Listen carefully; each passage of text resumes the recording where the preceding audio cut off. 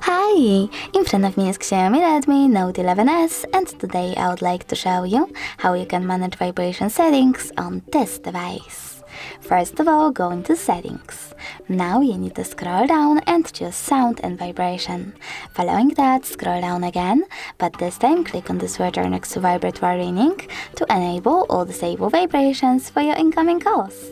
You can also click on the switcher next to Vibrate in silent mode to enable or disable vibrations while your device is muted.